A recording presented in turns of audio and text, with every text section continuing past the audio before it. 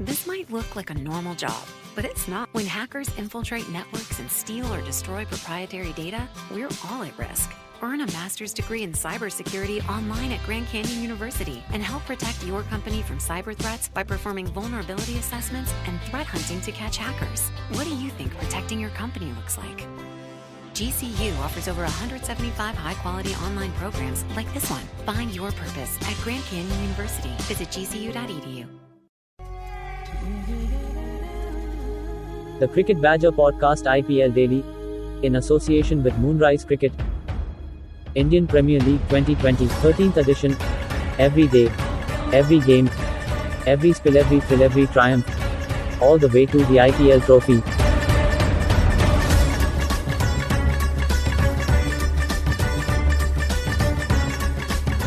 Hello everybody, welcome along. It's another edition of the Cricket Badger IPL Daily Podcast, and I'm going to be joined in just a second by Neil Virani, our Sunrisers Hyderabad fan, and Naman Shah. KKR is Naman's team. Keep an eye out later on for a very, very special podcast coming out. Our episodes 200 and 201 just around the corner. George DeBelt from ESPN Cricket Info, Dan Norcross from BBC Test Match Special, and Ali Martin, the cricket writer for The Guardian, joining me for an all things cricket chat. Well worth a listen to that one. But let's get into the IPL today. Mumbai Indians getting a very good victory over Kings XI Punjab. And Neil, it was pretty one-sided, this one, wasn't it? Mumbai, a very good performance from them. Absolutely, James. I think in the end, it looks very one-sided, but through large parts of the game, it looked like it could go either way. Kings XI did very well for 17 overs of the Mumbai innings, but the team structure in the end let them down when Gautam got exposed. He should never have been bowling the 20th over, and Jimmy Neesham hasn't done that well in the death overs either. And 18 through to 20 ended up bleeding 62 runs, which was the difference between the two teams in the end. I guess that team selection from Kings XI was a little bit of a gamble, wasn't it? They wanted the extra batsman in there. But Jimmy Neesham on those pitches isn't very threatening, is he? And to bowl him once, he got caned for a load of sixes in his third over, and then they brought him back on for his fourth as well. And then you're looking in the dugout and you've got some very good bowlers in there that could have come on and done the business for Kings XI. So it was a team selection gamble that didn't pay off today. Absolutely. They left themselves with only 5 bowlers in total, and by bowling Sheldon out very early, and certainly he took his first 3 overs straight up in the power play and just after, then it was a huge gamble that they would be well through the Mumbai through to the Mumbai tail by the end. But in the end, you've got Kieron Pollard and Hardik Pandya, who, if you're anything less than excellent, are going to take full toll. And I have a huge amount of sympathy for young Gautam. An off spinner against those two is always going to go the distance. And Naman, you look at Kings XI today, they must be really frustrated by this tournament so far, because they've had 3 very good games before today, only taken 1 win, 2 very, very narrow defeats, and now they're up against it, aren't they? And every team's going to have a bad game, but they've been losing their good games too. Very much, James, and also a bit of surprised. If you'll see the pattern, I just fail to understand. Winning the toss and losing the match has so far been the pattern, and also both the openers were looking good, Nick. I was surprised when they elected to bowl first. Also, I would say a brain-fit decision, bowling first and just completing 4 overs of Potrel.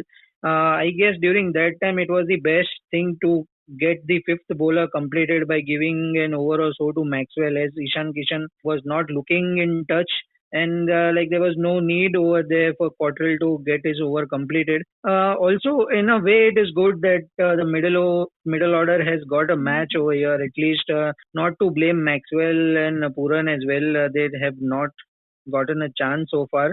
And chasing a mammoth total and just coming and whacking every ball is not easy. But yes, overall, very much complete performance from Mumbai Indians. The team that wins this IPL is going to be the team in the end that actually bowls the best overs from 15 to 20, aren't they? Because we've seen a lot of sides, including Mumbai today, who, as Neil indicated, I mean, when Ishan Kishan was out, 13.1 overs, they were only on 83, and they finished up with 191 for 4. Pollard came out, the tree trunk, 47 not out. Hardik Pandya, 30 not out. Rohit obviously contributing at the top of the order as well, but Kings XI just fell away in those death overs, and we've seen a few teams do that so far. Yes, it's just turned the course of the match totally. Till Ishan Kishan and Rohit Sharma were there, Punjab was pretty much into the match. And later on, like with no bowlers, almost all, not the death bowlers at all except Shami. He was gambling around, and also with Hardik Pandya were in not that good form. He just managed to take over Nisham and Krishnappa Gautam. He should have kept Cottrell till the end. It would have made major difference to them. But in the end, yes, Mumbai Indians took the game away. They waited. They calculated the overs who are remaining and who will be going to bowl. And yes, Rahul and team were short of ammunitions today. I guess poor captaincy. And yes, Mumbai Indians took them over. Neil, Glenn Maxwell, he frustrates me massively because, you know, when Glenn Maxwell's on song, there is nobody better to watch. He can be destructive. He can take any attack in the world down, but he's so inconsistent, isn't he? And he doesn't seem to have his timing at the moment in this IPL. Yeah, it's been really weird because against England in the series that we've just seen, he was absolutely excellent. And people were looking at his strange new stance, saying, all right, it looks weird, but he's making it work for him. He's just been very, very scratchy in the game so far. He is someone who will be able to turn things around at the drop of a hat. The talent is just unbelievable, on a par with anyone in world cricket at the moment. But nothing really seems to be working for him. Naman, looking at the Mumbai bowling today, I mean, it's decent bowling all around, but Rahul Chahar, he was excellent today. I thought he bowled magnificently, and obviously Jasprit Bumrah has taken a little bit of stick, hasn't he, in recent games, but came back and bowled as we expect Jasprit Bumrah to do, and bowling attack all seem to be contributing at the moment. Yes, sir. Rahul Chahar is just getting better and better with every match he's getting to play, and he's making the most out of it. I guess the match turned over. It's a very much great decision by Rohit Sharma to keep on bowling Bumrah, and there was slight change in the bowling for Krunal Pandya as well, giving him in the first 6 overs. But yes, their main goal, I had read the interview of Shane Bond, their major goal was to break the partnership early because Rahul and Mayank, once they get going, they take the match away completely. So yes, giving Bumrah that over and Bumrah striking it early, that changed the course of the match completely in Mumbai's favour. And later on, they had control over this match.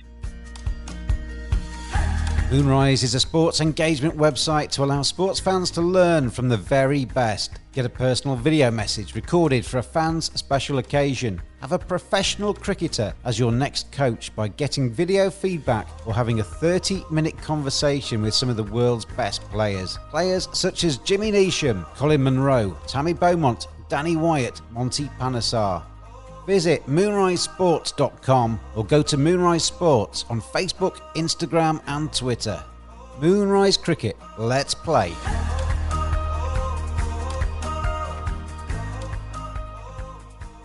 Gentlemen, as you know now, we choose our Moonrise Moment of the Match.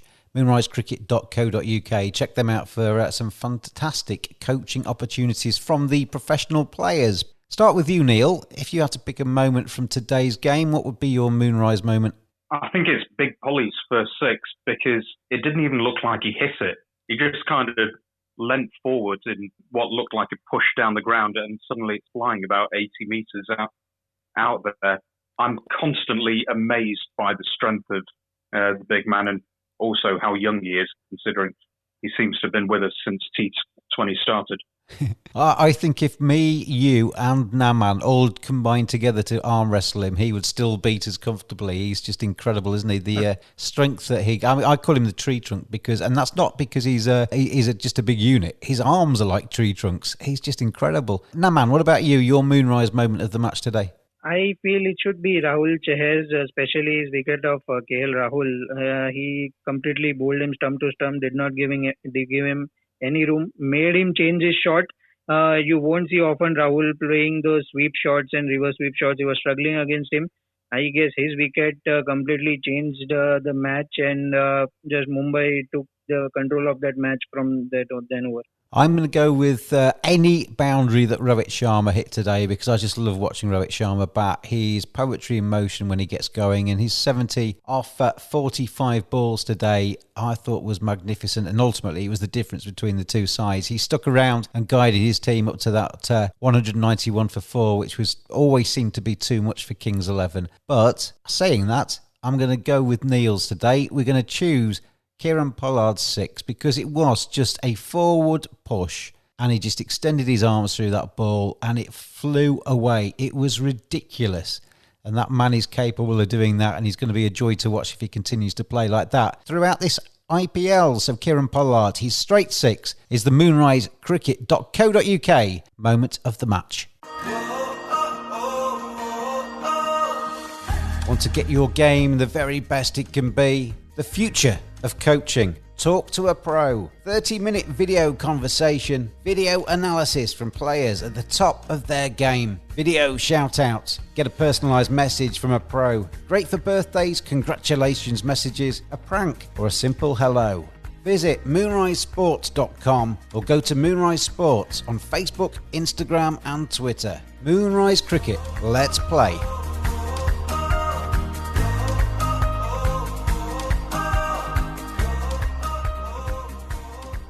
Let's have a look ahead. Chennai Super Kings against the Sunrisers Hyderabad. And I've written just recently, Neil, I think the CSK, on the evidence of what we've seen so far, I tipped them in my column at the start of this to win this trophy. I'm now tipping them to finish 8th. I've been really unimpressed by CSK so far. I've got to say, I completely agree.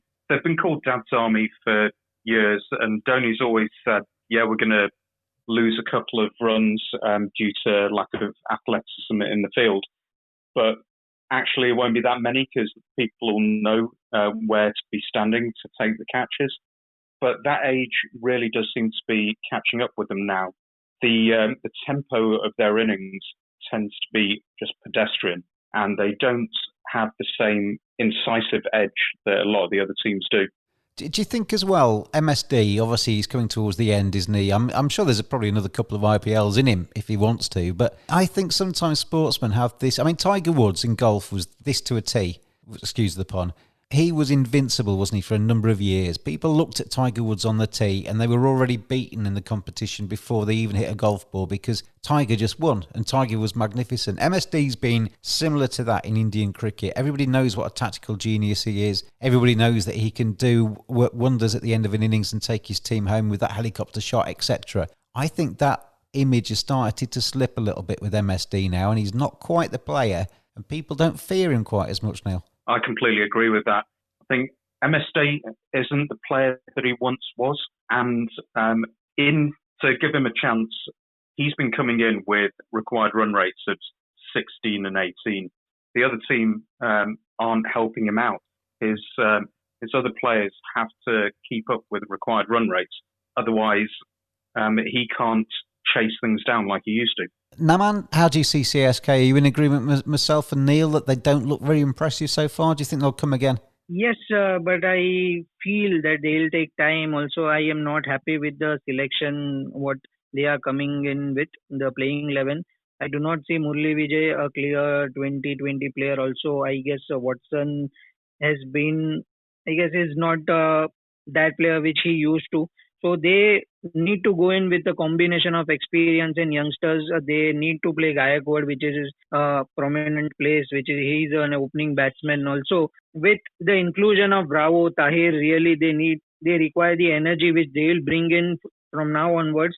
So totally, I feel CSK, yes, they were not playing what they are capable of, but from tomorrow onwards, you will be able to see their A game. Totally feel that they will bounce back strongly, and I won't be surprised. I'm really knowing Dhoni, the changes he makes. I won't be surprised if you will see Sam Curran opening the batting. I totally feel he'll be opening with Gaikwad or maybe Ambati Raidu. There will be plenty of changes tomorrow. Also, I'm not happy with Piyush Chawla's inclusion. They have plenty of good spinners in their squad. So yes, I see a turnaround from tomorrow onwards. So I'm going to give you one word, just yes or no on this question, Naman. Will CSK continue their 100% record and make the playoffs this time? Yes, Last time you asked me the same question, it wasn't one word. This time it. And Neil, same with you. Yes or no? Will CSK make the playoffs? I think they're going to sneak in. I think through a mixture of the brain trust of Dhoni and Fleming and the fact that the pitches already, we can see them slowing down and getting a bit dirty. They have a great spin attack and also slow pace bowlers. But that's only if they actually stop playing Tahir, stop playing Bravo, bring back Rayudu, who had player of the match and then had a birthday and then has just been dropped for no reason that we know of. There have been some very strange decisions, but they have the experience in the management to try to turn it around. I don't think it will happen tomorrow because I think Sunrisers have a team that matches up well against them. But I think by the time the playoffs come, you'll see Chennai get into fourth place. Sunrisers, your team, we'll come on to them now. They're experiencing so far, I mean, we're early days, with 3 games into this for both Sunrisers and Chennai. That's the caveat to all of what we're saying. But Sunrisers have kind of turned around their slow start, and I thought they were quite impressive in their last game. And they're playing sort of thinking cricket as well. I thought Johnny Bairstow, he guided his side up to a decent score. Obviously, looked at the surface, looked at the scoreboard and thought, right, yeah, I'll just carry on batting and make sure we get up to a certain level and we'll be competitive at that, rather than just shut his eyes and swing, which he did in the first game. So I think Johnny's coming to the party. David Warner's getting runs as well. Kane Williamson coming in at number 4 looks like a good move too. Obviously, that does affect things further down the order, but the top order, the middle order is their weakness. And if you've got 3 of the best white ball players in the world in your top 4, that's not a bad start now. Yeah, I'd completely agree. I thought last match was a quintessentially Sunrisers game. Put on a reasonable score and then squeeze and grind out the opposition. I thought Warner looked good. I thought Kane, considering he hadn't played, looked absolutely superb. And I thought Johnny looked dreadful, but didn't gift his wicket. And even though he was only going at strike rate of 110, 115, he stayed in and allowed Kane to play more expansively. I think, though, that the Johnny Bairstow innings, I agree with you, he wasn't fluent, but I thought he sussed the surface, and I thought he just thought, right, if I can just grit this out and take us up to a level, we'll win this game because we've got the bowling to defend that. I thought it was an intelligent innings from Bairstow rather than a glorious knock. Completely agree. I don't think he was timing the ball well, but he was running really well between the wickets. There were a lot of 2s run between him and Warner and him and Kane.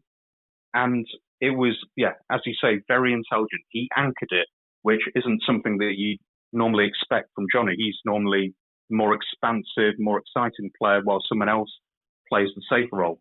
But he understood that if his timing's not there today, then he'll do the other role. Like Kane, who you'd expect to play that anchor role, be more expansive. He was striking at somewhere close to 200, I think, by the end, and continue in that vein. So it was a very, very smart innings, even though it wasn't as fluent and he wasn't hitting it as well as you'd normally expect. Naman, with Sunrisers, Rashid Khan's obviously a massive weapon in the spin department, and Boovy as the main speedster in their camp too. And both of those are starting to show signs of being a little bit better as the tournament continues. The rust has gone and they're bowling better, so that's good news for Sunrisers Hyderabad. Absolutely, James. Form of those 2 bowlers, especially Rashid Khan, needs to be. It's very key for Sunrisers going into the tournament. As I always mention, that though Sunrisers score lesser totals, maybe 120 or 30 or 40, they have that in their bowling department to defend those lower totals. They have done it in India, so they can pretty much do it over here in Middle East. So yes, form of those 2 bowlers is pretty much key for Sunrisers ahead in the tournament. Just to finish off with, chaps, we're moving into the first weekend where we got double headers, Saturday and Sunday, 4 games across the weekend. This is a time, Neil, now where games are coming thick and fast. Teams that get into a good run of form can soon start going up the table and start looking at playoff places. If you have a bad run of form, you can start to worry, can't you, at this time? Yeah, very much so. And I think what we're seeing as well with some of the teams is how much the bench strength matters, because people haven't played competitive cricket for 6 odd months. to have a very quick turnaround of games is quite a stretch for some players. I half think that's what happened to Ishan Kishan today after his exertions in the previous game. He was pretty much just spent today. Good rotation of players, picking teams based on the opposition ahead of you rather than just having the same 11 every single time, and making best use of your resources. It's going to be a critical point because once you get on a roll, then winning is infectious and losing the same. Naman, as well, the Saturday games, obviously Mumbai have jumped towards the top of the table. They've played 4 games. They've played one more than any of the other sides now, apart from obviously Kings XI. But Saturday's games ahead of today's fixture were all of the teams that had won 2 games out of 3 so far. So it's a strong Saturday. RCB against Rajasthan Royals, Delhi Capitals against Kolkata Knight Riders, your side. As Neil was saying there, if you get into a good run of form now, you can really start to stamp your authority on this league table, because up until now, nobody's broken clear, but now we might see somebody do that. Very much. If you'll see, James, that is the reason I guess they have kept resting Tahir and Bravo for the latter part of the tournament, because this now, sooner or later, the business end will start, and you will see a lot of rotation of the players, as Neil mentioned, going into the business end. And also, if you see, compared to the Indian pitches here, even the bowlers and the batsmen, both are having equal amount of advantage. It's not that just it is the batting wicket or the bowling wicket. You cannot just say till the end. The pattern has been one of the top 3 batsmen anchors the inning till 15th and 16th over and gives a platform for the finishers. Except the top 3 batsmen, rest of the players, you will see now the rotation of the actual players now will happen. You will see Rahane coming in for Delhi. You will see maybe Morris coming in for Bangalore. So the key players will now step in. Now is the time. This 12 to 15 games are now be completed, and you will see the business end now starting. The real IPL will be starting now. Neil and Naman, it's been a joy to have you on again today. I know what my Friday, Saturday and Sunday looks like already. There's going to be 5 games of the IPL action on my TV screen, and I'm sure you are the same. Neil and Naman, thank you for joining me today. Thanks a lot, James, and congratulations on 200. Thank you. Congratulations, James. Well, it's a wonderful few days coming up in the UAE Indian Premier League, going from strength to strength, and continue to listen to us, the Daily Podcast, with you every single day. We'll see you next time. Thanks for listening. Join us every day throughout IPL 2020. Follow us on Twitter at cricket_badger. Join in the fun. We'll see you again tomorrow.